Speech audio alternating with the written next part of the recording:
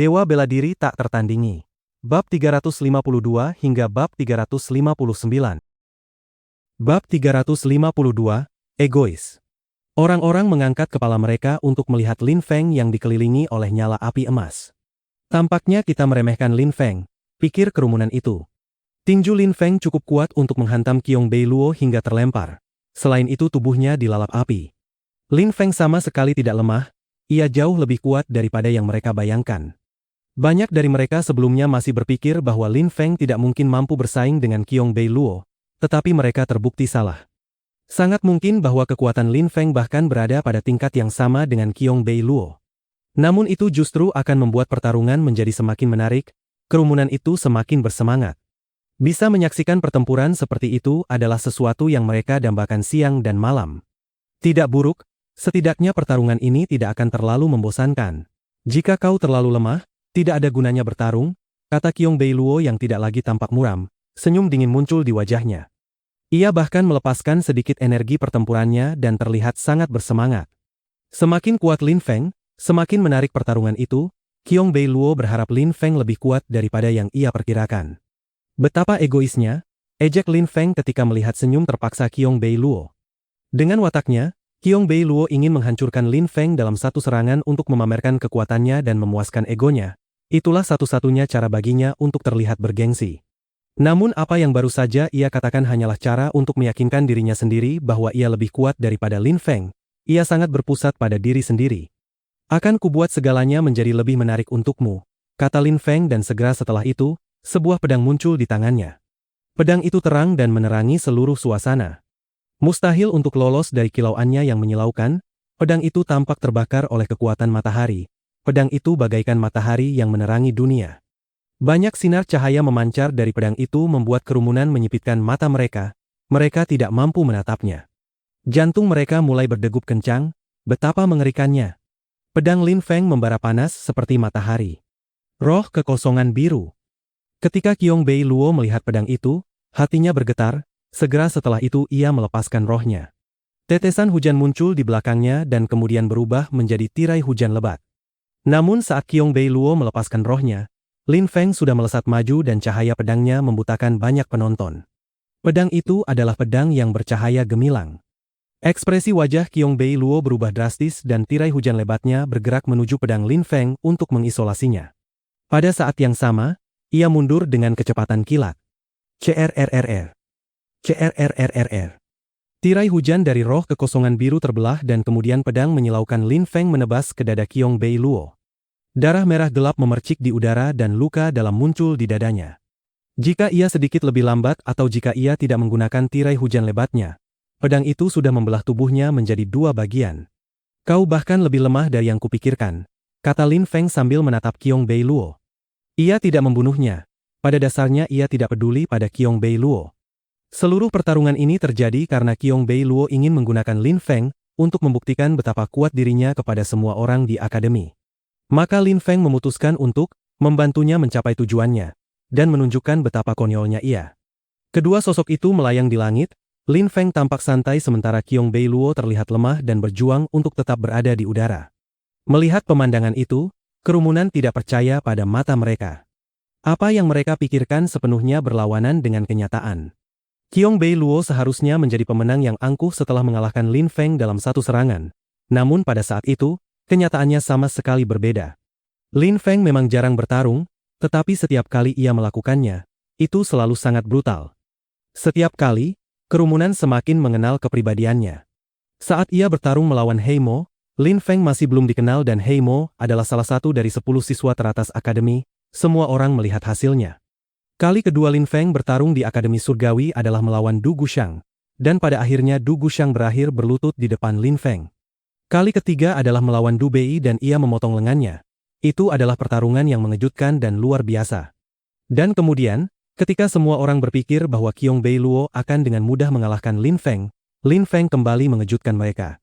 Lin Feng mengatakan bahwa Qiong Bei Luo jauh lebih lemah dari yang ia bayangkan. Kerumunan berpikir bahwa Lin Feng tidak akan mampu menahan satu serangan pun dan mereka percaya bahwa Lin Feng pasti akan kalah. Namun Lin Feng bahkan tidak peduli pada Qiong Bei Luo. Sejak awal, Lin Feng selalu memandang melampaui Qiong Bei Luo dan tidak pernah menganggapnya sebagai lawan atau pesaing. Benarkah begitu?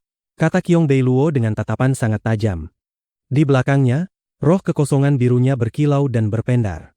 Ia kemudian berbisik, dunia bawah kekosongan biru. Lin Feng bisa menembus tirai tetesan hujan, tetapi bagaimana ia akan keluar dari dunia bawah kekosongan biru? Di langit, benang-benang tetesan hujan muncul dan segera berubah menjadi tirai hujan yang mulai mengguyur di sekitar Lin Feng. Biarkan aku melihat bagaimana kau akan lolos dari ini, kata Qiong Bei Luo dengan suara sedingin es ketika ia melihat Lin Feng dikelilingi oleh roh kekosongan biru. Apakah kau memperhatikan dengan saksama? Terdengar suara dingin dan acuh tak acuh dari balik tirai tetesan hujan. Siluet di tengah tirai hujan terbelah menjadi dua dan tiba-tiba muncul banyak Lin Feng. Itu hanyalah bayangan sisa dari gerakannya yang cepat. Setelah menghindar, Lin Feng tetap berdiri di tengah tirai hujan dan menatap Qiong Bei Luo dengan acuh, seolah ia bahkan tidak terpengaruh oleh hal sepele seperti itu. Dunia bawah kekosongan biru tidak terlihat dan tidak terdengar tetapi nyata. Tetesan hujan segera mulai turun, fluktuasinya sangat halus dan hampir mustahil untuk menghindari serangan itu karena saat seorang kultivator menyadari bahwa serangan itu mendekat, semuanya sudah terlambat. Namun Lin Feng dapat merasakan bahkan gerakan sekecil apapun berkat peleburan buminya. Perubahan sekecil apapun tidak bisa lolos dari kesadarannya. Pada saat tetesan hujan menjadi terlihat, Lin Feng sudah bergerak. Bagaimana ini mungkin? Bisik Qiong Bei Luo yang tercengang. Secara mengejutkan, Lin Feng sudah menghindari roh kekosongan biru dan muncul di belakangnya. Bagaimana itu mungkin? Itu kebetulan, aku pasti benar. Dia hanya beruntung dan kebetulan berhasil menghindar pada waktu yang tepat. Mata Qiong Bei Luo tampak sedingin es. Di langit, tirai tetesan hujan menghilang dan Lin Feng muncul. Qiong Bei Luo dan Lin Feng saling menatap. Tiba-tiba, Lin Feng menghilang dari posisi awalnya. Namun posisi awal Lin Feng langsung diserang oleh roh kekosongan biru. Qiong Bei Luo terkejut. Apakah itu kebetulan? Apakah Lin Feng benar-benar hanya beruntung? Cara terbaik untuk menghindari dunia bawah kekosongan biru adalah dengan terus-menerus mengubah posisi dan tidak memberi kesempatan serangan untuk dimulai.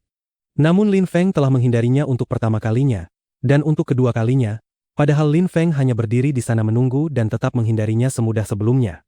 Tampaknya kau mengandalkan roh kecilmu yang tak berharga untuk bertindak begitu arogan. Tanpa kekuatan rohmu, kau bukan apa-apa, kau bahkan bukan tandingan Du Bei, kata Lin Feng ketika melihat Qiong Bei Luo tampak putus asa. Lin Feng merasa kesal. Roh seorang kultivator memang terhubung dengan kultivasinya dan sangat penting bagi seorang kultivator. Roh yang sangat kuat membantu seorang kultivator menjadi lebih kuat jauh lebih cepat. Tetapi jika seorang kultivator melupakan untuk mengembangkan dirinya sendiri dan hanya mengandalkan rohnya, keahliannya akan sangat terbatas pada kekuatan rohnya, dan pada akhirnya ia akan menjadi kultivator yang tidak berguna. Kultivasi membutuhkan roh, tetapi hanya dengan mengandalkan kekuatan roh, seorang kultivator tidak akan pernah benar-benar menjadi kuat. Pada saat itu, Lin Feng telah memberi Qiong Bei Luo pelajaran yang baik. Kerumunan setuju dengannya.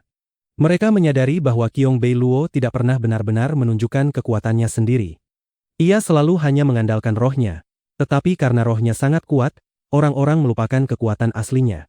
Mereka selalu menganggap Qiong Bei Luo sebagai kultivator yang sangat kuat dan percaya bahwa Lin Feng tidak mungkin bersaing dengannya.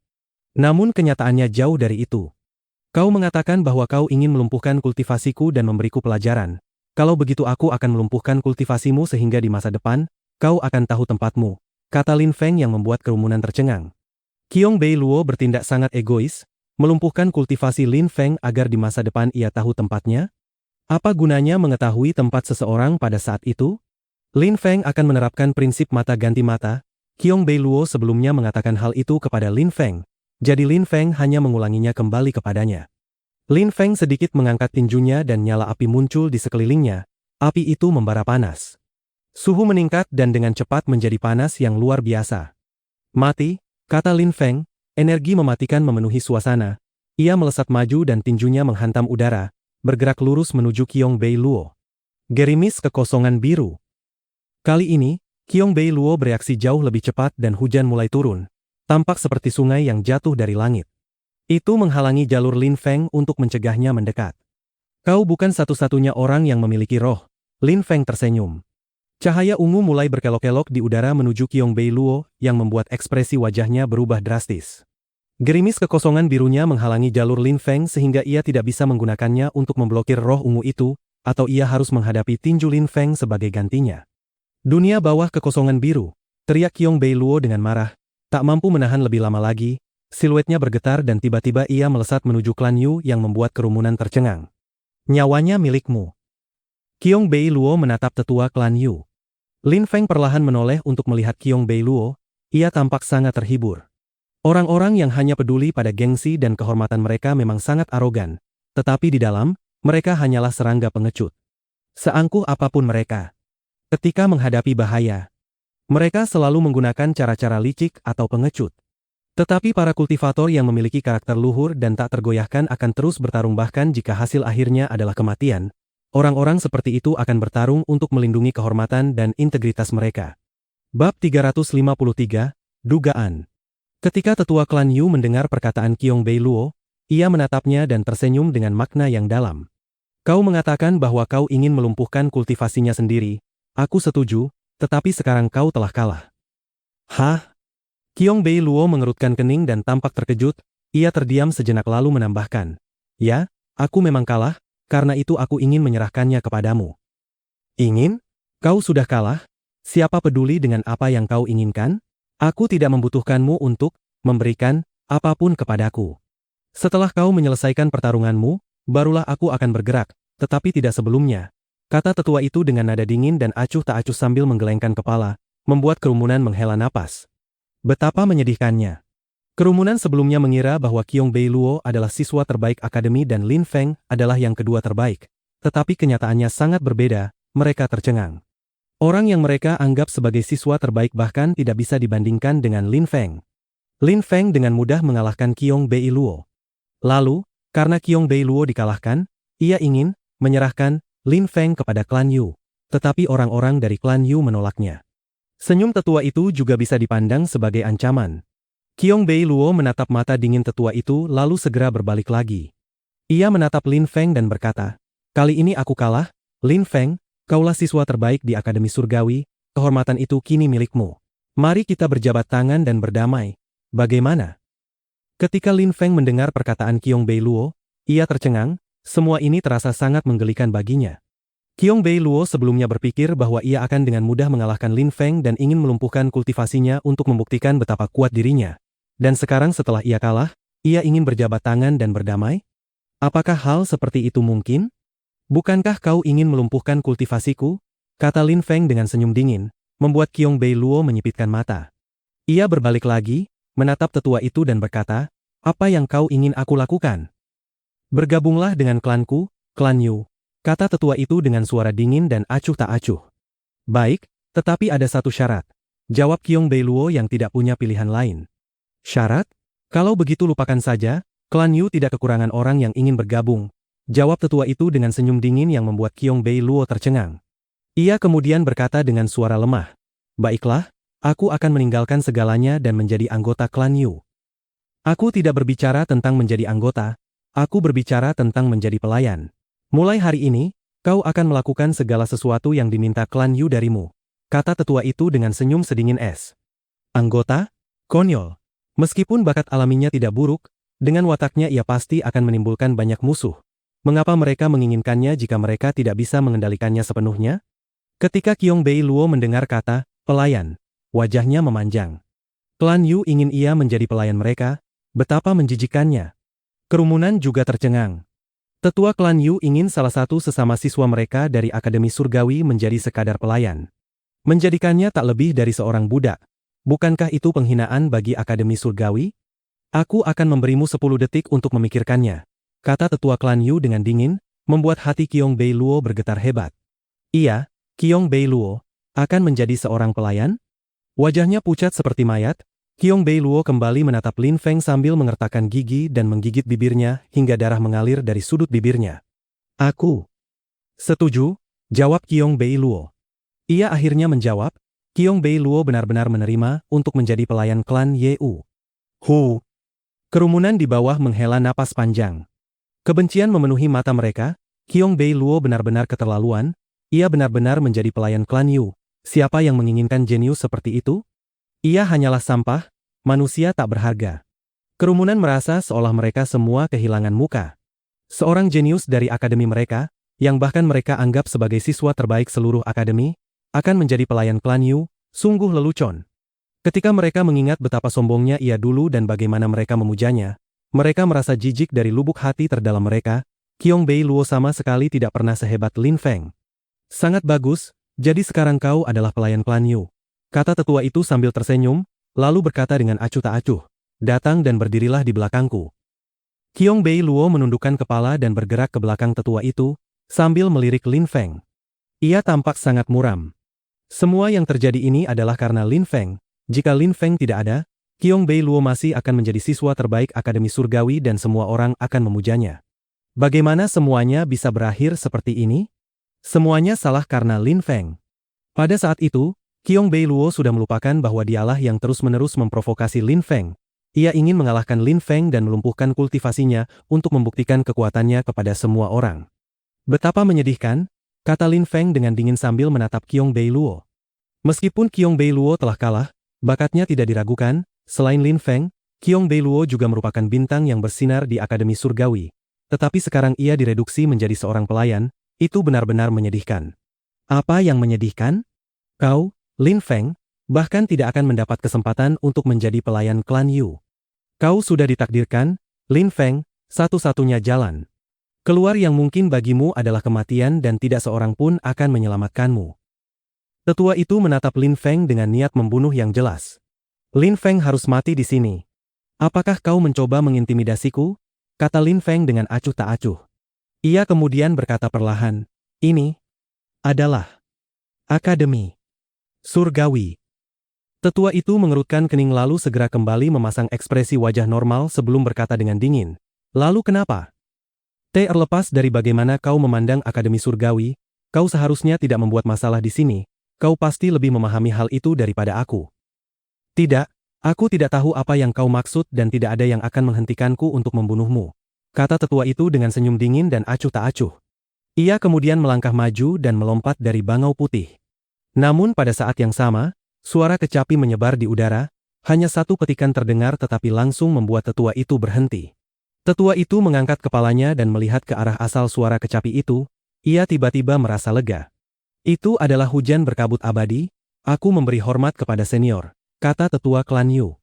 Suara kecapi dari kejauhan mengejutkan semua orang kecuali Lin Feng yang sangat sadar dari siapa suara itu berasal.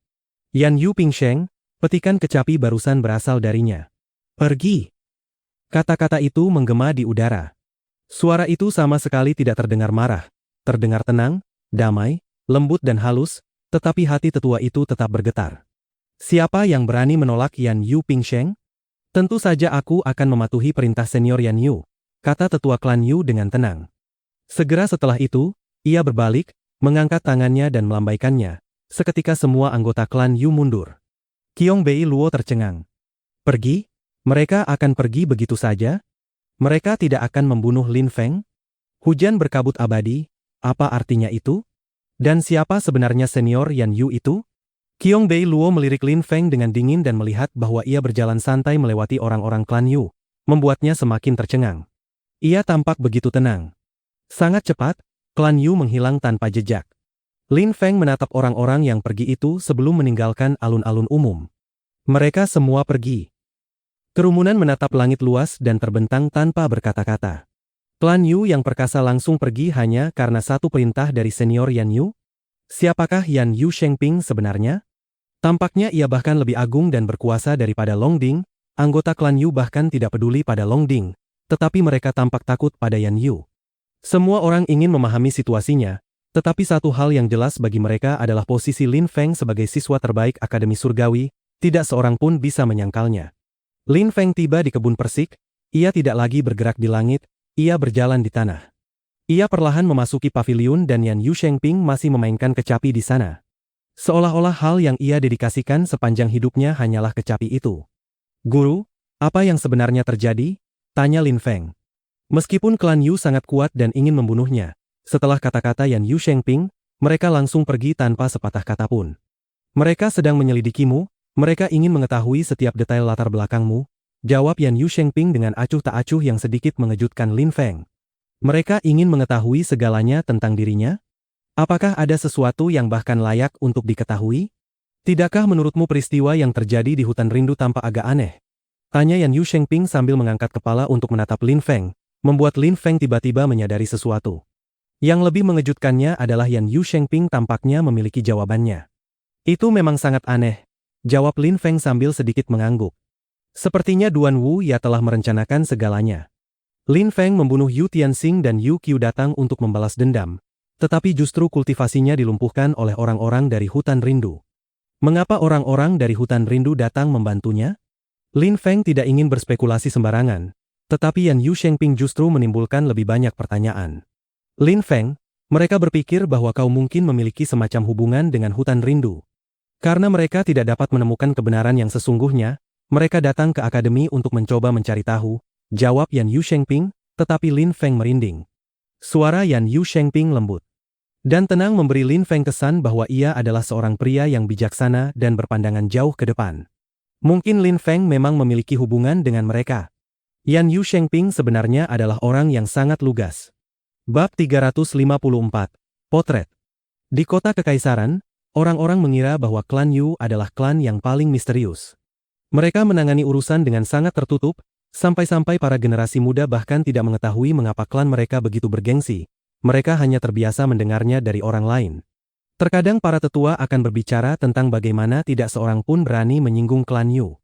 Di bagian timur kota, terdapat rangkaian pegunungan yang dipenuhi hutan bambu, pemandangannya megah dan menakjubkan. Di antara dua gunung, terdapat hamparan padang hijau terang tempat sebuah istana dan halaman dibangun, itulah lokasi klan Yu.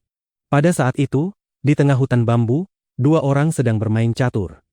Salah satunya adalah pria parubaya dengan alis tegas dan mata berbinar seperti bintang, ia tampak agung dan berwibawa, sementara yang lainnya adalah pria tua berambut putih, tetapi ia masih terlihat bugar dan penuh energi. Ayah, Meng He akhir-akhir ini sedang menghadapi masalah, ujar pria parubaya yang agung itu sambil menggerakkan bidaknya. Pria tua berambut putih itu tidak langsung menjawab, ia menatap papan catur dengan ragu-ragu, tetapi setelah beberapa saat, ia menggerakkan bidaknya dan berkata, meskipun beberapa bidak berada di luar permainan, mereka tetap bisa memengaruhi jalannya permainan. Pria parubaya itu terdiam sejenak sambil menyentuh beberapa bidak dengan ragu tanpa segera bergerak.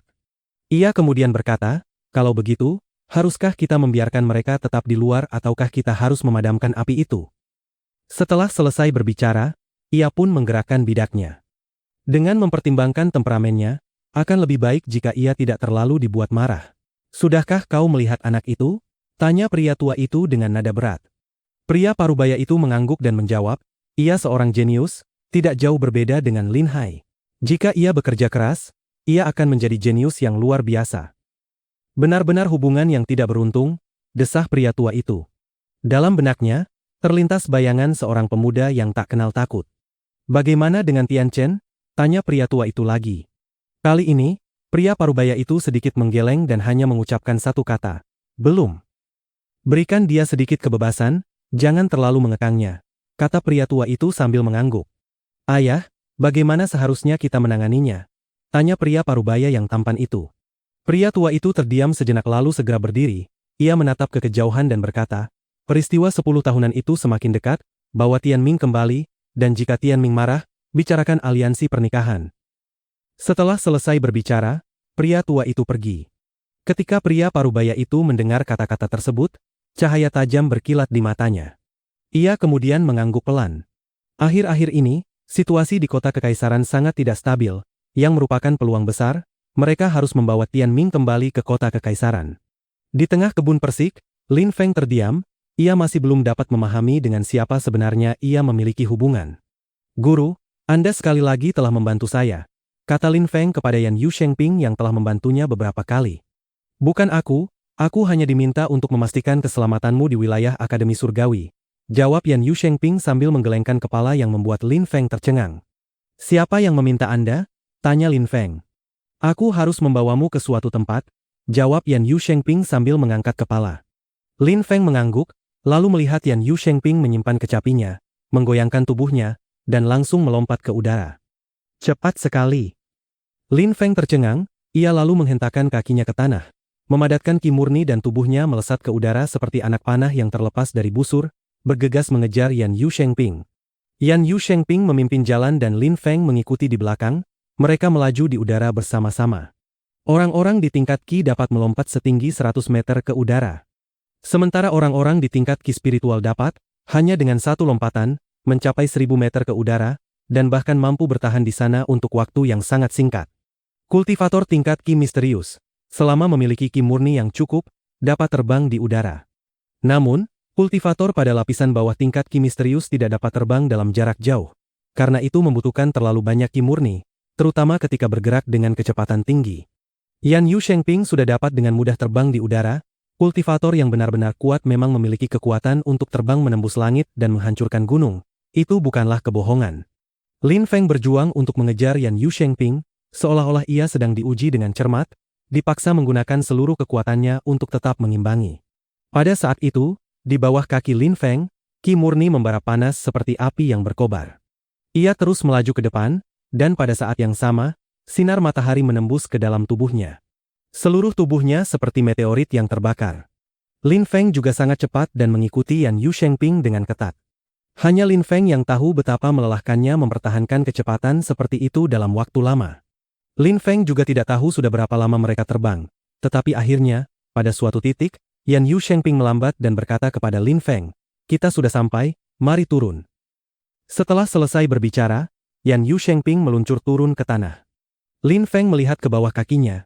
Ada sebuah istana megah yang dikelilingi hutan yang tenang, membuat detak jantungnya bertambah cepat. Istana Kekaisaran, tempat Yan Yu Shengping membawa Lin Feng adalah istana kekaisaran. Lin Feng menatap Yan Yu Shengping di tanah dan merasa lelah.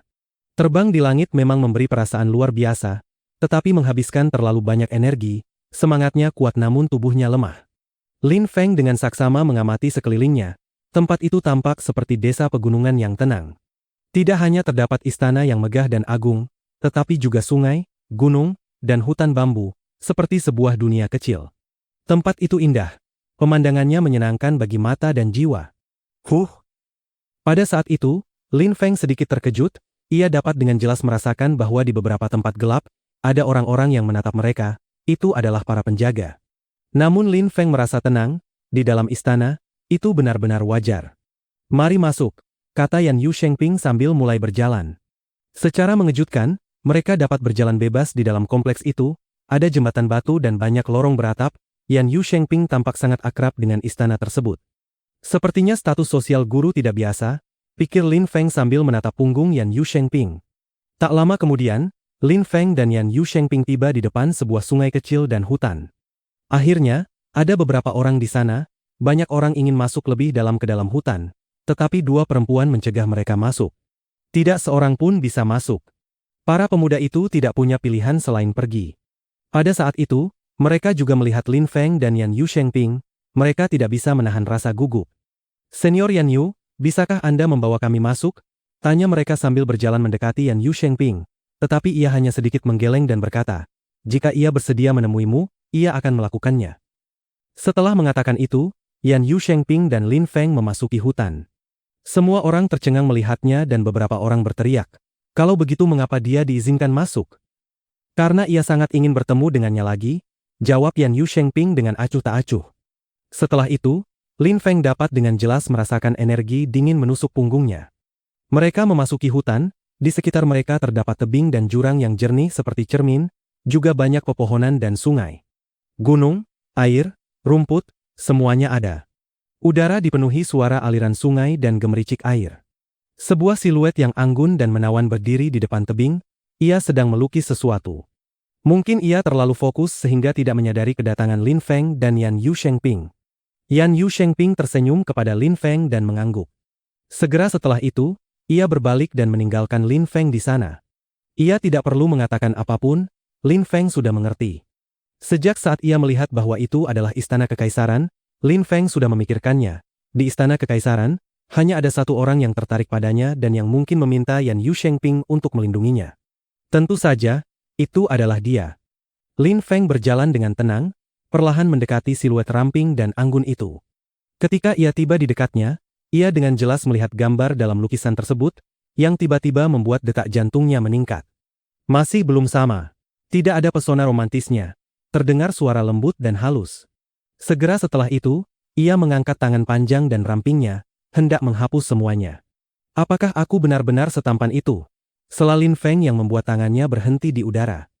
Ia menoleh dan melihat Lin Feng. Pipi Duan Xinye langsung memerah. Namun Lin Feng sedang menatap potret di dinding. Sosok ilahi dan agung, rambut panjang berkibar, menggambarkan seorang pemuda bebas dan tak terikat. Jika bukan Lin Feng, siapa lagi? Lin Feng, bagaimana kau bisa masuk ke sini? Tanya Duan Xinye. Ia tidak pernah menyangka bahwa Lin Feng akan tiba-tiba muncul. Ia merasa sangat terkejut dan senang. Yan Yu Shengping membawaku ke sini, jawab Lin Feng. Yan Yu Shengping diam-diam membawa Lin Feng masuk. Tetapi Lin Feng masih belum tahu pasti apa hubungan antara Yan Yu Shengping dan Duan Xinye. Oh, pantas saja, bisik Duan Xinye. Ia tahu bahwa Yan Yu Shengping sedang memberinya kesempatan. Xinye, kau dan guru Yan Yu? Tanya Lin Feng dengan penasaran. Ia adalah guruku, ia mengajariku bermain kecapi, jawab Duan Xinye yang membuat Lin Feng merasa lega. Tidak heran Yan Yu Shengping bisa datang dan pergi sesuka hati. Ia adalah guru musik sang putri, itu memang posisi yang sangat penting. Bab 355, Menyentuh.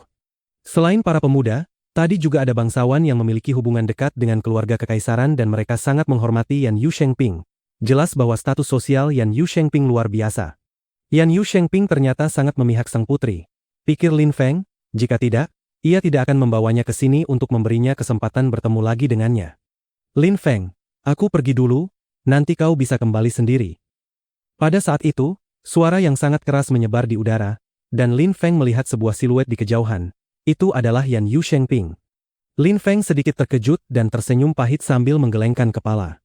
Yan Yu Shengping benar-benar meninggalkannya sendirian di istana kekaisaran.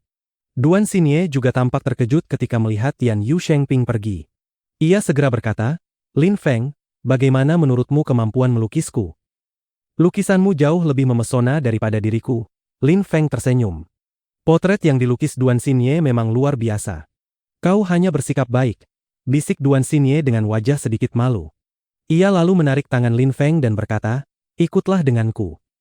Duan Xinye membawa Lin Feng ke sebuah gua. Ketika mereka tiba di dekat gua itu, Lin Feng melihat tempat yang sangat indah dan menawan. Perabotannya tersusun seperti dalam lukisan, tampak anggun dan elegan. Tak lama kemudian, Duan Xinye membawa Lin Feng masuk ke sebuah ruangan di dalam gua. Di dalamnya tercium harum lembut seorang gadis muda. Ruangan itu tampak persis seperti kamar tidur seorang gadis bangsawan. Lin Feng, aku tinggal di sini. Aku menyukai ketenangan dan kedamaian, jadi aku memilih tinggal di sini. Tidak ada yang bisa menggangguku ketika aku berada di sini, kata Duan Xinye dengan suara lembut. Setelah itu, ia menunjuk ke arah beberapa lukisan. Ketika Lin Feng melihat potret-potret itu, ia tercengang. Seluruh dinding dipenuhi lukisan, dan semuanya menggambarkan orang yang sama, Lin Feng. Melihat potret-potret itu, hati Lin Feng bergetar. Jika ia tidak pernah bertemu Meng Qing, maka tanpa ragu ia akan menjalin hubungan dengan Duan Xinye, sang putri yang begitu cantik. Lin Feng, bukankah potret-potret ini lebih baik daripada yang di luar? Duan Xinye menatap Lin Feng dengan mata jernih dan indah, tampak sedikit tidak sabar menunggu jawabannya. Semuanya sangat indah, jawab Lin Feng. Mata Duan Xinye berbinar, ia lalu menarik Lin Feng ke tepi ranjang dan berkata, Lin Feng, duduklah, aku ingin kau mencicipi teh yang kubuat. Ini. Lin Feng tampak canggung. Itu adalah kamar Duan Xinye, dan ranjang itu adalah tempat tidur seorang putri, bahkan masih tercium aroma tubuhnya. Lin Feng merasa tidak enak duduk di sana. Lin Feng, apakah kau masih merasa malu tentang hal-hal seperti ini ketika bersamaku? Kata Duan Xinye dengan lembut, lalu ia mulai merebus air untuk membuat teh. Lin Feng tersenyum pahit sambil menatap Duan Xinye yang tampak agak kikuk. Ia tak bisa menahan senyum dan menggelengkan kepala. Ia adalah seorang putri, mungkin jarang melakukan hal-hal seperti ini sendiri.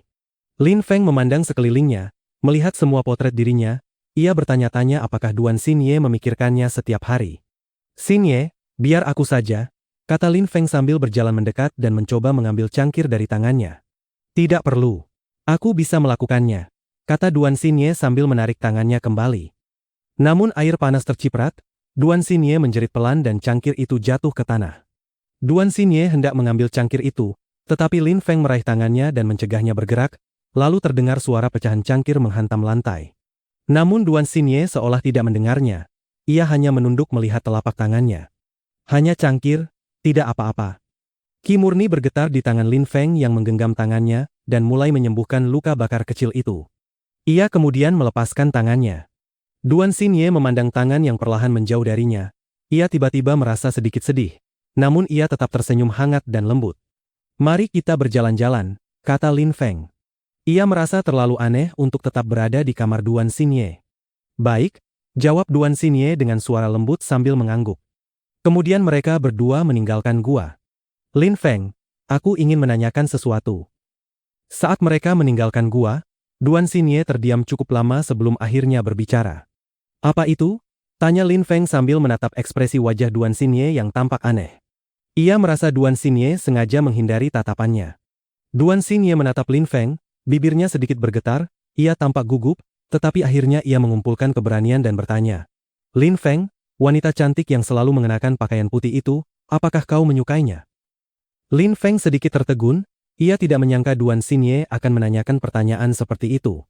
"Ya, aku menyukainya," jawab Lin Feng sambil mengangguk tanpa ragu.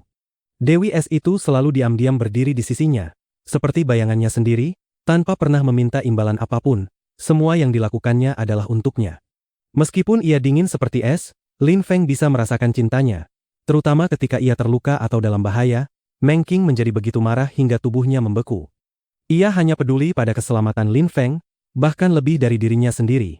Duan Xinye sebenarnya selalu tahu tentangnya, tetapi ia tetap tidak bisa menahan diri, wajahnya tampak sangat sedih. Mereka terdiam cukup lama, lalu tiba di dekat sebuah aliran sungai dan duduk di atas batu. Duan Xinye mengambil beberapa batu kecil dan melemparkannya ke sungai, membuat riak-riak kecil di permukaan air. "Lin Feng, apakah kau akan menikahinya?" tanya Duan Xinye tanpa menahan diri, sambil menatap riak air. "Aku akan," jawab Lin Feng dengan tegas dan lugas. Tentu saja ia akan menikahi Meng Qing. Mereka benar-benar saling mencintai, jadi mereka harus mengikat janji resmi. "Dia benar-benar beruntung," jawab Duan Xinye dengan suara lemah. "Aku juga ingin bersama orang yang kucintai dan tetap di sisinya. Aku ingin melihat matahari terbit dan terbenam setiap hari bersamanya. Aku ingin melihat air sungai mengalir." Lin Feng terdiam. Ia tentu saja mengerti bahwa orang yang ia maksud adalah dirinya. Semua potret dirinya sudah menjelaskan isi hatinya. "Tetapi aku harus mengatakan dengan jelas, demi orang yang kucintai, aku bisa meninggalkan segalanya, itu sama sekali bukan masalah," kata Duan Xinye dengan suara pelan hampir seperti berbisik pada dirinya sendiri. Setelah itu, ia menoleh dan menatap Lin Feng sambil tersenyum hangat dan lembut. Beberapa orang, jika melewatkan satu kesempatan, akan menyesal seumur hidup. Karena situasinya sudah seperti ini, mengapa tidak memanfaatkan setiap kemungkinan dan kesempatan? "Lin Feng, jika aku meninggalkan statusku sebagai putri, meninggalkan rumahku, dan bahkan melepaskan status sebagai istri utama, apakah kau akan menerimaku?" Suara Duan Xinye lembut, menyentuh, dan penuh perasaan. Ia memiliki status sosial yang tinggi sebagai putri. Ia bisa menikah dengan pria paling kaya atau paling berkuasa. Jutaan orang akan terpikat oleh kecantikannya, tetapi demi Lin Feng, ia bersedia meninggalkan semuanya, statusnya, rumahnya, bahkan gelar istri utama, karena Lin Feng telah mengatakan bahwa ia akan menikahi Meng Qing. Dengan kata lain, Duan Xinye meminta untuk menjadi selir Lin Feng. Cintanya begitu dalam, bagaimana mungkin Lin Feng tetap tenang? Menatap senyum indah itu, bibir Lin Feng bergetar, ia tidak tahu harus berkata apa, ia tidak tahu apa yang sebenarnya ia inginkan. "Jika kau tidak menyukaiku seperti itu, aku bisa tetap berada di sisimu dan menjadi pelayanmu, aku akan melayani kalian berdua," lanjut Duan Xinye dengan senyum indah yang sama di wajahnya, begitu menyentuh dan mengharukan. Bibir Lin Feng bergetar, tetapi segera setelah itu, ia mengulurkan tangannya, memeluk bahu Duan Xinye dan menariknya ke dalam pelukannya. Lalu ia memeluknya erat dan menekan kepalanya ke dadanya. Dengan kecantikannya, keanggunannya, sifatnya yang lembut, dengan cinta yang begitu dalam dan murni, Lin Feng tidak mungkin tidak tersentuh, mustahil baginya untuk tidak tergerak, hanya makhluk berdarah dingin yang tidak akan tersentuh oleh cinta setulus itu. Masalahnya adalah di dalam hati Lin Feng hanya ada Meng Qing. Beberapa waktu lalu, ia bahkan sudah diam-diam memutuskan bahwa ia akan menikahi Meng Qing. Jika ia menerima Duan Xinye, apa yang bisa ia berikan kepadanya? Ia tidak bisa memberinya apapun, tetapi Lin Feng tidak menyangka bahwa Duan Xinye tidak meminta apapun sebagai balasan. Ia hanya ingin berada di dekatnya, bahkan jika harus menjadi pelayan. Ketika Duan Xinye merasakan kehangatan tubuh Lin Feng, ia tersenyum, ia tampak seperti bunga yang bersinar dan megah. Namun meskipun ia tersenyum, Air mata bening mengalir di pipinya. Cinta bisa megah dan indah, tetapi juga bisa halus, diam, dan menyakitkan. Bab 356. Perwira Pengawal Kekaisaran. Di luar hutan, banyak orang terlihat tidak sabar. Dia masih belum keluar dan Yan Yu Shengping sudah pergi sejak tadi. Kenapa dia belum juga keluar dari sana? Umpat seorang pemuda dengan suara rendah. Orang itu sangat marah. Yan Yu Shengping mengatakan bahwa sang putri sangat ingin bertemu dengannya. Dan tampaknya memang begitu. Ia berada di dalam, sendirian bersama sang putri. Apakah ada yang tahu siapa dia sebenarnya? Tanya seseorang. Semua pemuda yang berada di sana berasal dari istana kekaisaran, mereka adalah putra para menteri kekaisaran atau keturunan bangsawan, tidak satupun dari mereka orang biasa. Selain itu, bagi banyak orang, Duan Xinye adalah wanita impian mereka. Ia memiliki segalanya, kecantikan, pesona, dan status sosial. Mereka telah berusaha bertemu sang putri sejak lama, tetapi setiap kali hanya bisa menunggu di luar, tidak pernah bisa masuk ke dalam. Dia jelas bukan orang dari istana kekaisaran, jawab seseorang. Kerumunan mengangguk, jika ia berasal dari istana kekaisaran, mereka pasti sudah mengenalnya. Karena dia bukan orang istana kekaisaran, tunggu saja sampai dia keluar dan kita akan menunjukkan tempatnya, kata sebuah suara dingin dan licik. Mereka semua sangat marah. Mereka bahkan tidak bisa masuk. Sementara Lin Feng berada di dalam, sendirian bersama sang putri. Mereka terus membayangkan apa yang terjadi di dalam, amarah mereka membara. Pada saat itu, di kejauhan muncul dua sosok. Ketika kerumunan melihat mereka, suasana langsung menjadi tenang, itu adalah dia. Pemuda yang berjalan di depan tampak dingin, tegas, dan serius, memberi kesan bahwa ia sudah sangat dewasa. Di belakangnya ada pemuda lain yang terlihat setajam bilah pedang. Apakah sang putri ada di sini? Tanya pemuda yang memimpin dengan nada tenang, acuh, dan penuh dominasi. Dia ada, tetapi, perwira Shi, sebaiknya tidak mengganggunya, kata seseorang, membuat pemuda itu sedikit terkejut. Ia menatap lawan bicaranya dan berkata, apa maksudmu? Ketika orang itu merasakan aura dominan pemuda tersebut, jantungnya berdegup lebih cepat. Ia tanpa sadar merasa takut. Shi Qiong adalah perwira termuda di pengawal kekaisaran, betapa mengagumkan. Ada seorang pria yang masuk, dia sudah lama di dalam. Aku hanya khawatir kau akan mengganggu sang putri. Jawab orang itu lagi, membuat Shi Qiong tercengang, matanya berubah dingin seperti es. Ia mulai berjalan menuju arah hutan, tetapi seperti sebelumnya, ia tidak diizinkan masuk. Biarkan aku masuk, kata Shi Qiong dengan suara rendah namun penuh tekanan dan amarah. Melihat itu, senyum muncul di wajah sebagian orang. Status sosial Shi Qiong luar biasa dan bakatnya sangat tinggi. Ia telah menjadi perwira termuda di salah satu pasukan pengawal kekaisaran. Ia jauh lebih unggul dibandingkan mereka. Selain itu, Shi Qiong juga mengejar Duan Xinye, tetapi sayangnya sang putri tidak tertarik padanya, yang membuatnya kesal. Namun mereka semua sama-sama kesal karena Lin Feng berada di dalam, sendirian bersama sang putri, begitu lama. Kali ini Shi Qiong memimpin, sehingga mereka berharap bisa ikut masuk bersamanya. Sang putri sudah mengatakan bahwa ia tidak ingin diganggu, kata perempuan yang menjaga pintu masuk dengan nada dingin. Jika kalian tidak membiarkanku masuk, jangan salahkan aku jika menerobos, kata Shi Qiong dengan marah. Coba saja berani. Tidak ada yang tidak bisa kulakukan. Bahkan pangeran kedua yang mulia mengatakan bahwa aku boleh datang ke sini sesukaku, kata Shi Qiong dengan acuh. Shi Qiong, kau benar-benar lancang. Pada saat itu, sebuah suara terdengar dari arah hutan. Kerumunan menoleh dan tampak canggung. Itu adalah Duan Xinye, ia tampak anggun dan lembut. Di belakangnya berdiri pemuda yang tadi bersamanya, Lin Feng. Lin Feng memandang Shi Qiong. Pemuda itu sangat kuat, dari ujung kepala hingga kaki memancarkan aura menekan. Selain itu, ia baru saja mengatakan bahwa Duan Wu yang mengizinkannya datang sesuka hati. Lin Feng sedikit terkejut. Xinye, seru Shi Qiong dengan nada sedikit lebih lembut. Tetapi segera setelah itu ia menatap Lin Feng dengan tatapan dominan dan agresif, matanya sedingin es. Ia lalu bertanya, siapa kau? Lin Feng tidak langsung menjawab. Ia sedikit menoleh dan melihat pemuda di belakang Shi Qiong. Lin Feng terkejut, itu adalah dia. Namanya Lin Feng, kata pemuda itu sambil menatap Lin Feng dengan ekspresi tajam. Lin Feng. Kerumunan sedikit terkejut. Meskipun sebagian belum pernah melihatnya, mereka jelas pernah mendengar namanya. Jadi kau orangnya, kata Shi Qiong sambil memandang Lin Feng dari atas ke bawah. Ia lalu berkata dengan dingin, Tetapi kau hanyalah seorang bangsawan Qixie yang tidak berarti, apa yang memberimu hak untuk berdiri di sisi sang putri? Lin Feng tetap tidak menatap Shi Qiong. Ia masih memandang pemuda di belakangnya. Pemuda itu adalah pendekar pedang Leng Yu. Ternyata ia berada di kota kekaisaran, berdiri di belakang Shi Qiong. Pada hari di Sungai Surgawi, orang yang menyelamatkan Leng Yu kemungkinan besar berasal dari kota kekaisaran. Namun Leng Yu adalah murid sekte Hao Yu. Hubungan apa yang ia miliki dengan kota kekaisaran? Shi Qiong, diam, kata Duan Xinye ketika mendengar Shi Qiong menghina Lin Feng. Ia lalu menambahkan dengan nada dingin, aku sudah mengatakan bahwa tanpa izinku, tidak seorang pun boleh datang menggangguku, dan kau berani menerobos. Xinye, cobalah pahami perasaanku, jawab Shi Qiong. Ia kemudian melirik Lin Feng dengan dingin dan berkata, Xinye, dia hanyalah bangsawan Qixie yang tidak berarti. Meskipun ia tidak lemah dan telah mendapatkan sedikit ketenaran, pada akhirnya ia tetap bukan siapa-siapa. Bagaimana kau bisa membiarkannya masuk dan mencemari dirimu?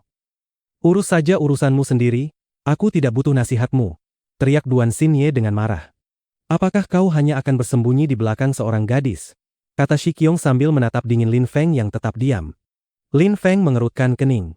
Ia tahu bahwa ketika Yan Yu Shengping pergi, masalah pasti akan muncul. Ini adalah istana kekaisaran dan para pemuda ini adalah bangsawan istana. Mereka semua memiliki status sosial luar biasa dan mencintai Duan Xinye. Keadaan memang sudah ditakdirkan sulit. Apa yang kau inginkan? Kata Lin Feng sambil melangkah maju. Suaranya sangat tajam. Shi Qiong dan Lin Feng saling menatap. Namaku Shi Qiong, aku perwira pengawal kekaisaran. Xinye adalah seorang putri. Di sini, semua orang adalah bangsawan istana, anak para menteri atau keturunan darah bangsawan. Kau hanyalah bangsawan Qixie biasa, tidakkah kau merasa malu? Selain itu, apa yang memberimu hak untuk bersama sang putri, apa yang kau miliki yang tidak kami miliki? Kata Shi Qiong dengan sangat dominan. Ia adalah perwira pengawal kekaisaran, dan meskipun ia sedikit takut pada Duan Wuya dan bersikap sangat hormat kepadanya, ia selalu merasa bahwa dirinya dan Duan Xinye adalah pasangan paling cocok. Lin Feng pikir ia ini siapa? Begitukah?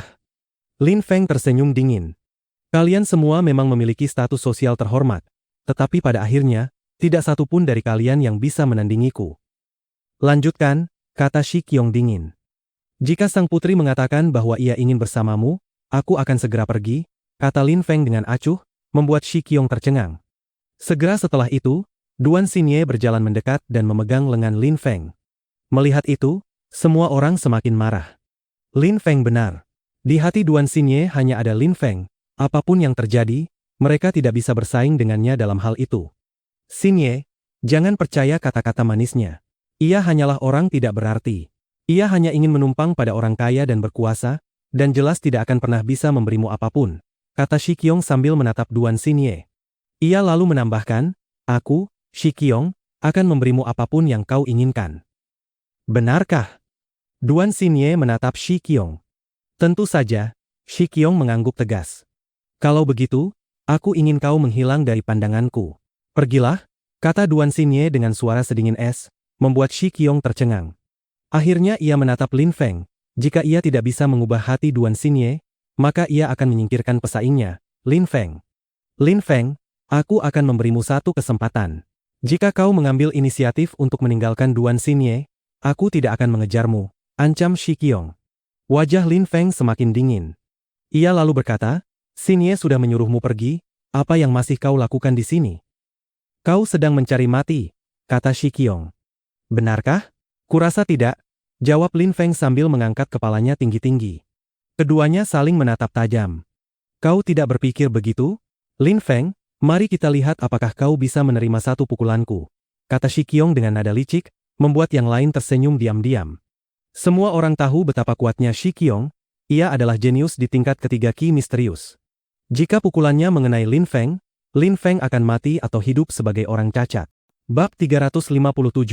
Ancaman teratai hitam. Shi Qiong, kau sudah keterlaluan.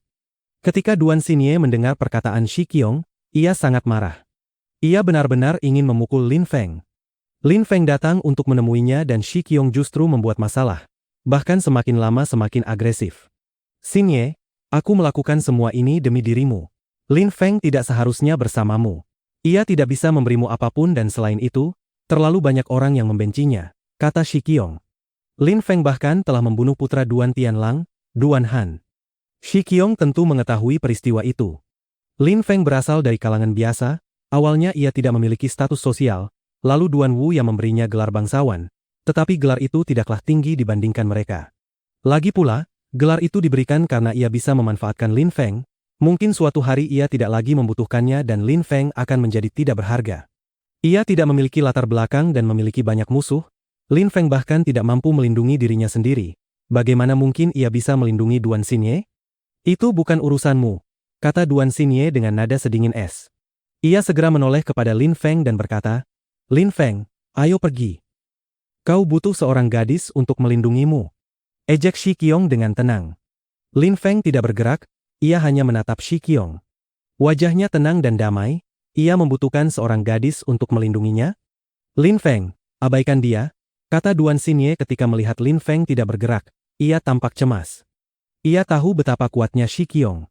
Ia adalah yang termuda di antara 9 perwira pengawal kekaisaran.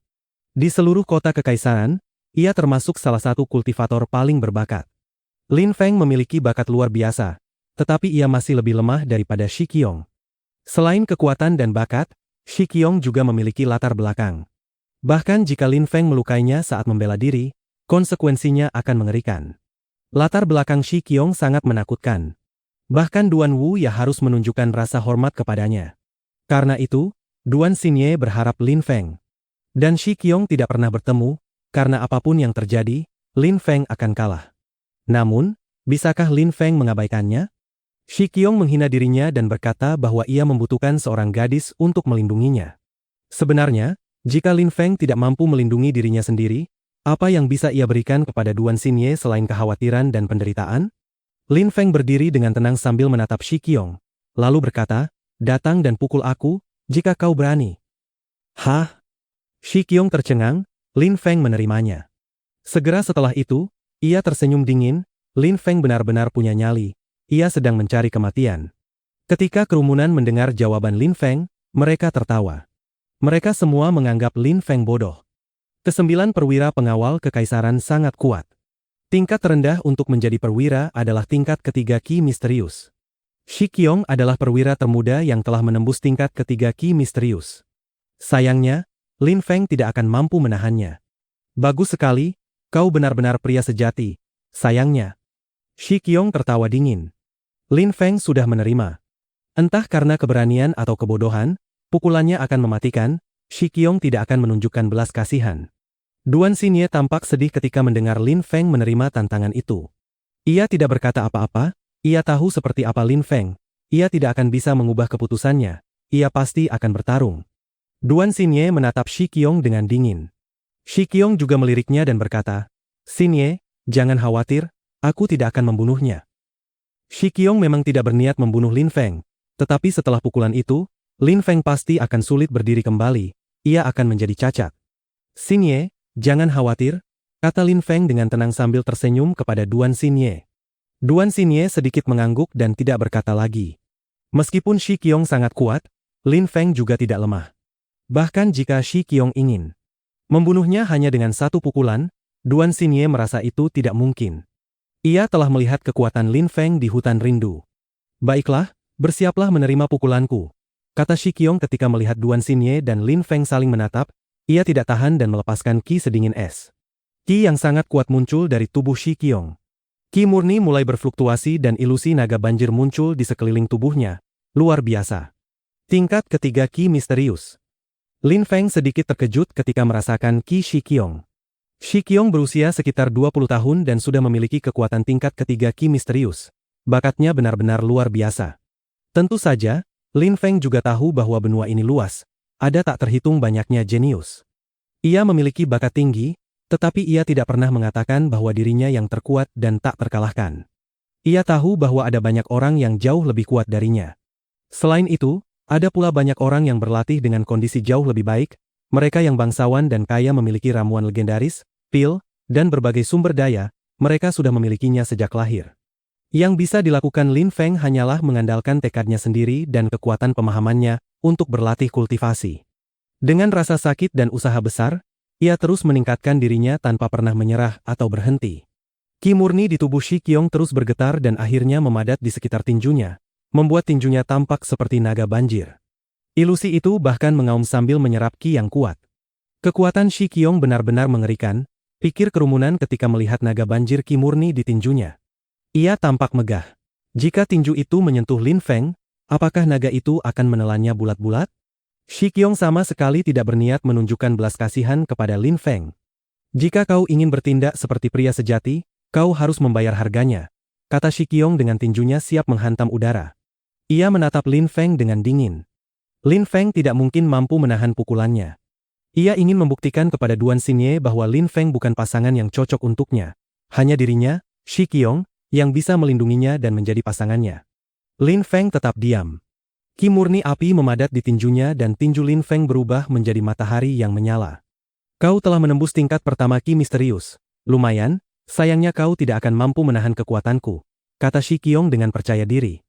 Seorang kultivator tingkat pertama ki misterius tidak mungkin melawan kekuatan kultivator tingkat ketiga ki misterius. Tinjunya akan tanpa ampun, tujuannya hanya untuk menghancurkan Lin Feng. Lin Feng mengabaikan Shi Qiong. Di dalam hatinya tidak ada diri, tidak ada orang lain, tidak ada emosi, hanya kegelapan. Di dalam dunia kegelapan Lin Feng, ada api nerakanya. Ki murni di tubuhnya terus mengalir menuju tinjunya, tekanan meningkat, energi perlahan berubah menjadi api hitam pekat. Api hitam mematikan itu mengerikan, tampak seperti jurang tanpa dasar. Ia menyerap jumlah ki murni yang luar biasa dari api yang membara, terus menyerap kekuatan matahari, tetapi ukurannya tidak berubah sedikit pun. Api macam apa itu? Kerumunan terkejut ketika melihat api hitam Lin Feng. Selain itu, api aneh itu tampak sepenuhnya dikendalikan oleh Lin Feng. Mereka tidak merasakan ki mematikan darinya.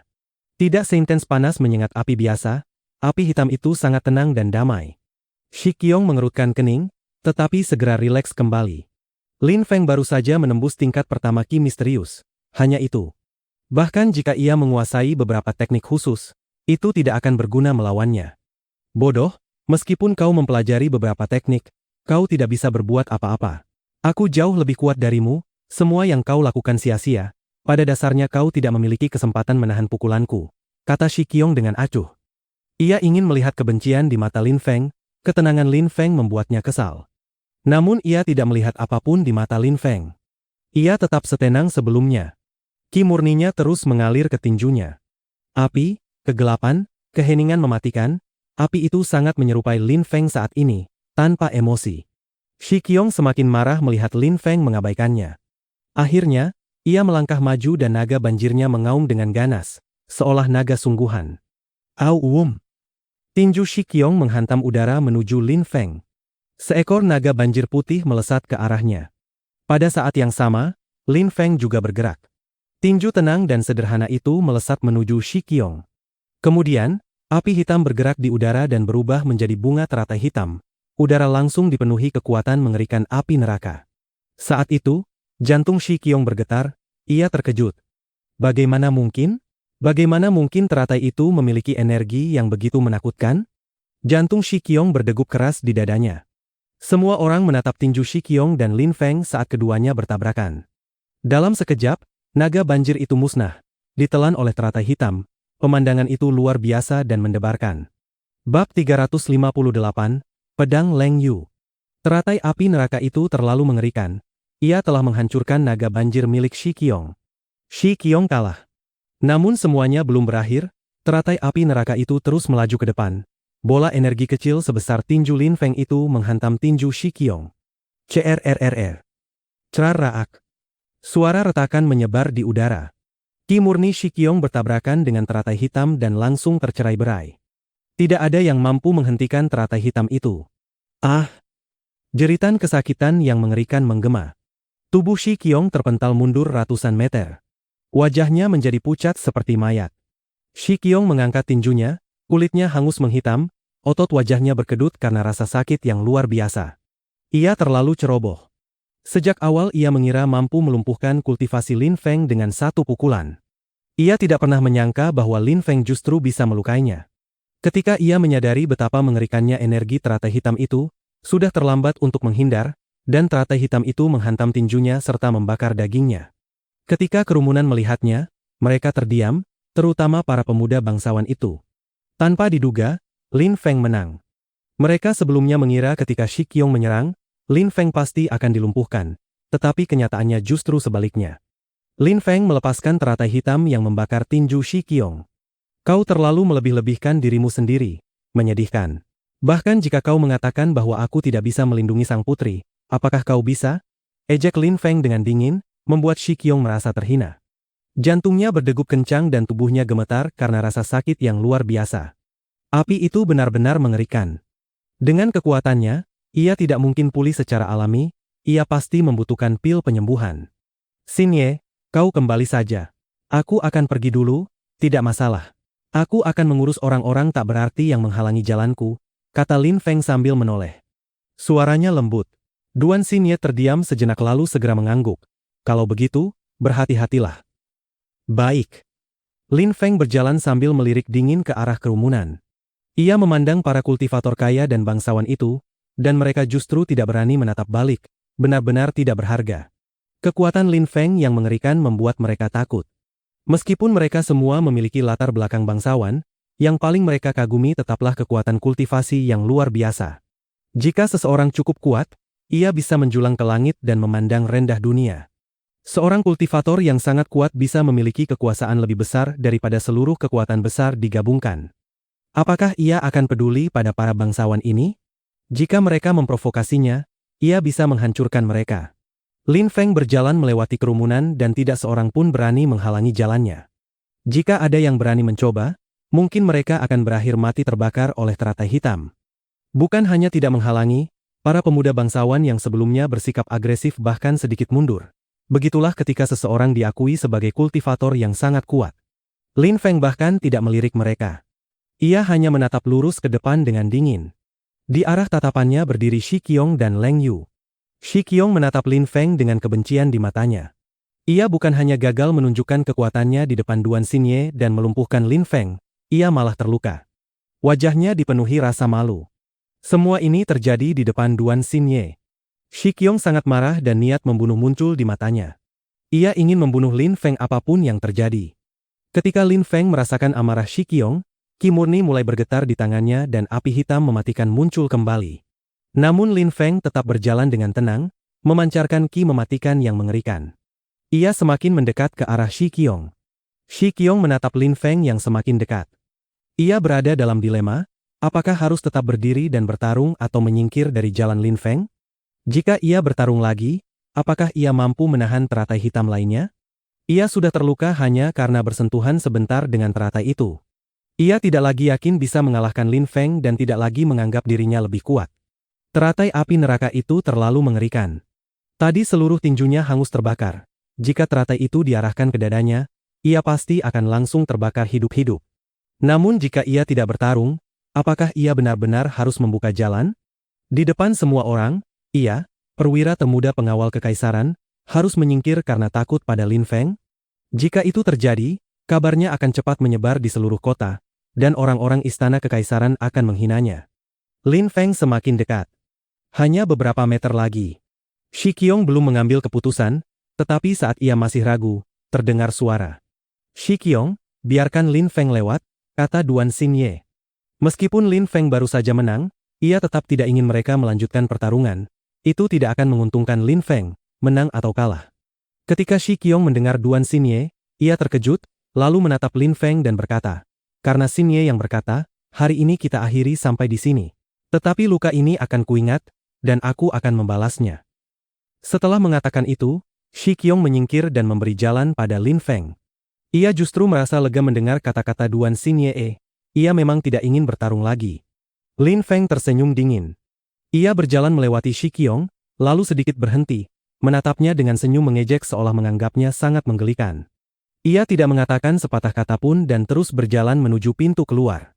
Ketika Shi Qiong melihat senyum mengejek itu, mulutnya berkedut dan tubuhnya gemetar.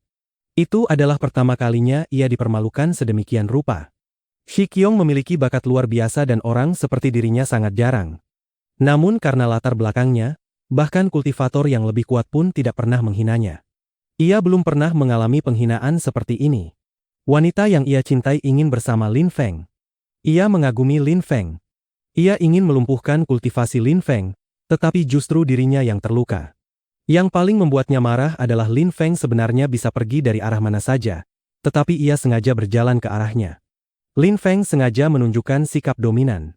Shi Qiong dipenuhi ketakutan dan terpaksa menyingkir, bahkan harus menerima senyum ejekan itu, senyum dingin yang merendahkannya. Ia merasa semua orang sedang menertawakannya dan Duan Xinye akan semakin meremehkannya. Lin Feng berjalan melewatinya tanpa menoleh sedikit pun. Ia tampak percaya diri, seperti seorang pemenang sejati. Lin Feng, tiba-tiba Shi Qiong berteriak dengan suara sedingin es, membuat Lin Feng berhenti. Ia berbalik dan melihat Shi Qiong melesat ke arahnya.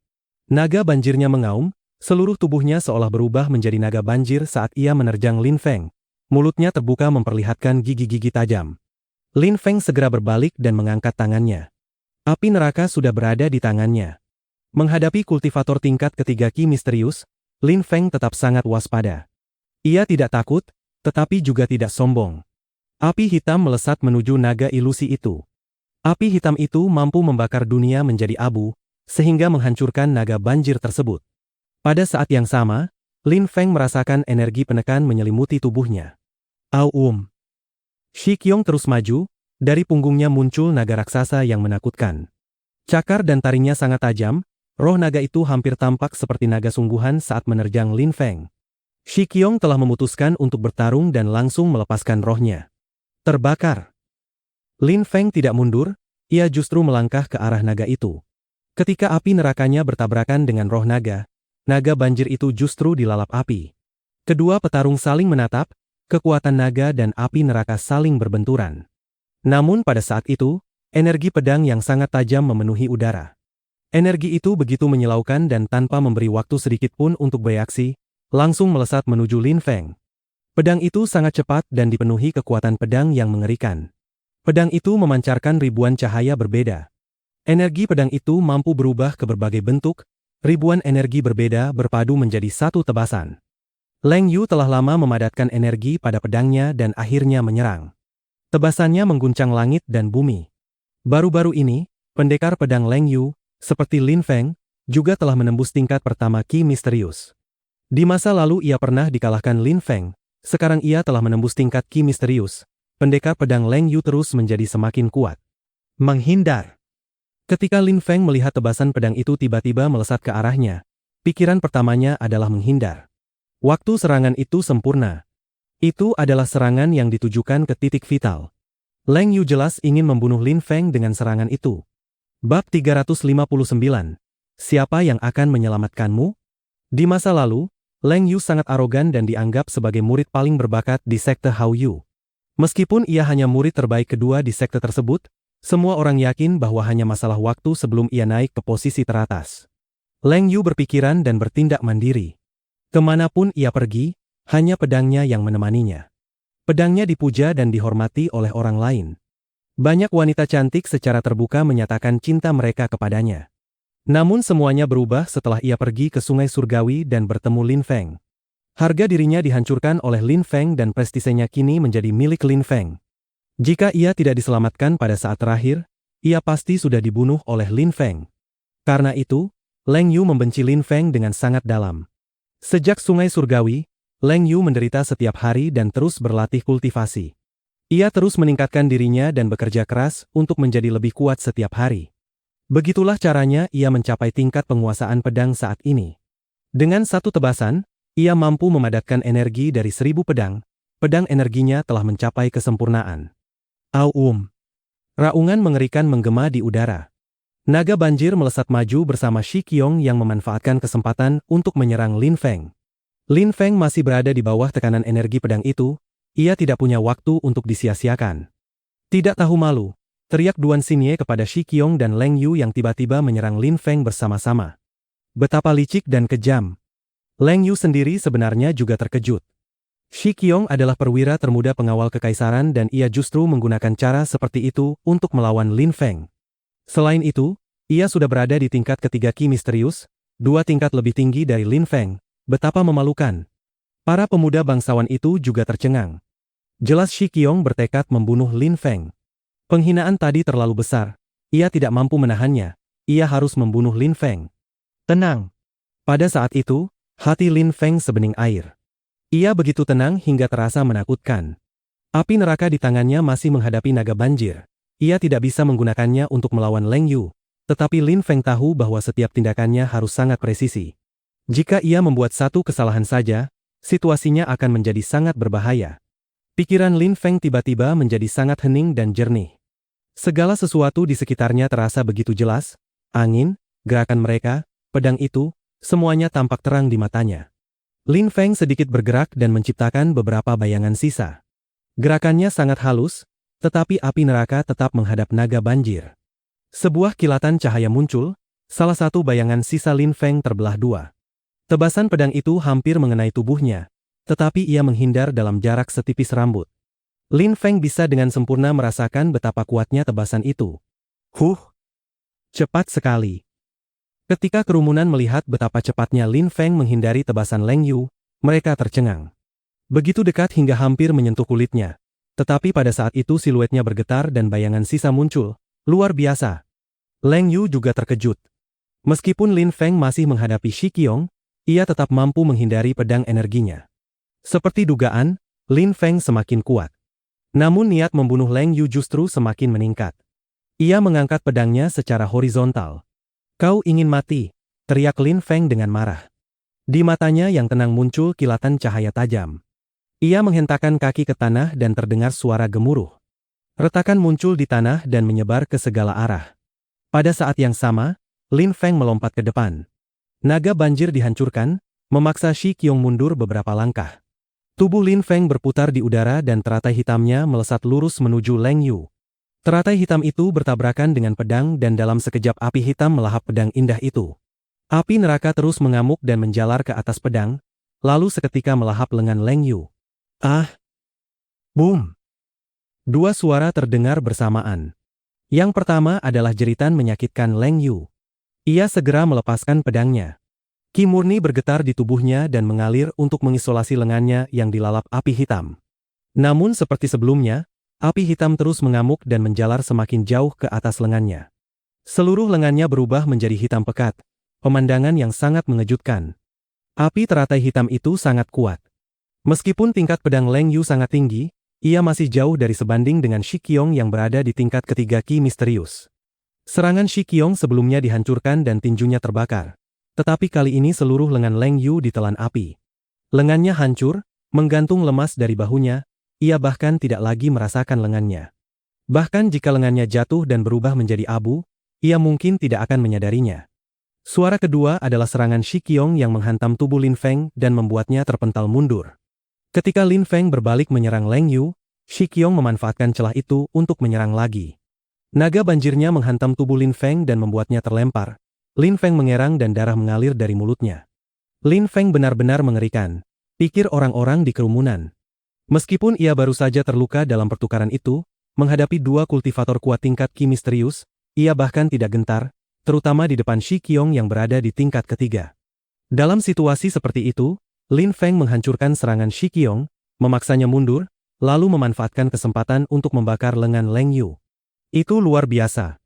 Api hitam itu benar-benar menakutkan, seolah mampu membakar apapun. Leng Yu yang berada di tingkat pertama Ki misterius bahkan tidak punya kesempatan. Mereka melihat dengan mata kepala sendiri bagaimana lengannya terbakar. Jika ia tidak segera melepaskan ki murninya dan mengisolasi lengannya, seluruh tubuhnya mungkin sudah dilahap api. Saat itu, Leng Yu gemetar kesakitan. Ia menundukkan kepala, wajahnya merah karena rasa sakit, menatap lengannya yang hangus dengan tatapan dingin. Leng Yu mengangkat tangannya yang lain seperti pedang dan tanpa ragu memotong lengannya yang terbakar. Lengan hangus itu jatuh ke tanah. Kerumunan terkejut, tindakan itu membuat bulu kuduk mereka merinding. Leng Yu memotong lengannya sendiri. Keji. Untuk memotong lengannya sendiri, dibutuhkan tekad besar karena ia tidak akan pernah bisa menggunakan lengan itu lagi. Lin Feng. Duan Xinye berlari mendekat. Ketika melihat wajah Lin Feng pucat seperti mayat, ia sangat khawatir. Aku tidak apa-apa. Lin Feng menggeleng, tetapi ki lemahnya mengkhianatinya. Meskipun ia bisa mengandalkan teratai hitam untuk melawan Shi Qiong, Api neraka itulah yang menutupi kekurangan kekuatannya. Pukulan Shi Qiong tadi tetap melukainya cukup parah. Duan Xinye mengeluarkan sebuah botol, sama seperti sebelumnya, berisi pil tingkat misterius kualitas menengah. Ia menuangkannya dan hendak memasukkan semuanya ke mulut Lin Feng. Lin Feng menatap wajah Duan Xinye yang penuh kekhawatiran, lalu menggeleng pelan dan berkata, "Xinye, dengan pil seperti itu, satu saja sudah cukup." Lin Feng mengambil satu pil. Seperti sebelumnya, sensasinya menyegarkan dan nyaman, Qi berputar di tubuhnya dan lukanya pulih dengan cepat. Qi-nya perlahan kembali normal. Api neraka sangat berguna. Jika Lin Feng ingin memperkuat teratai hitam, ia hanya perlu membiarkan api neraka menyerap seluruh Qi matahari murninya dan mengubahnya menjadi api neraka.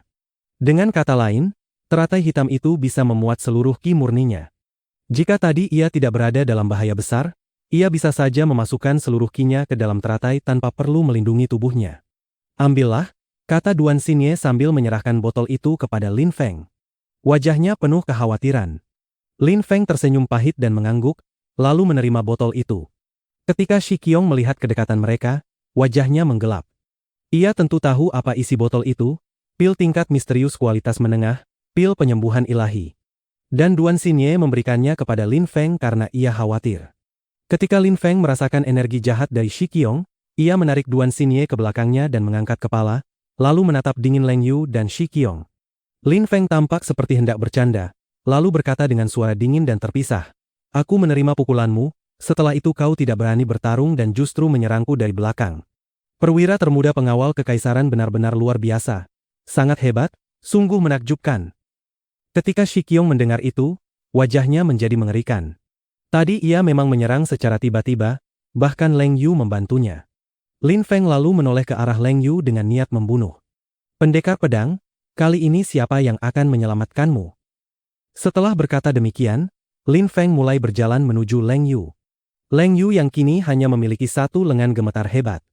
Ia menatap Lin Feng dengan kaku. Kali ini, Lin Feng benar-benar akan membunuhnya. Bahkan jika sebelumnya Lin Feng belum berniat membunuhnya, itu karena Leng Yu belum mencoba membunuhnya. Namun sekarang, Lin Feng marah. Lin Feng ingin membunuh Leng Yu. Bersambung.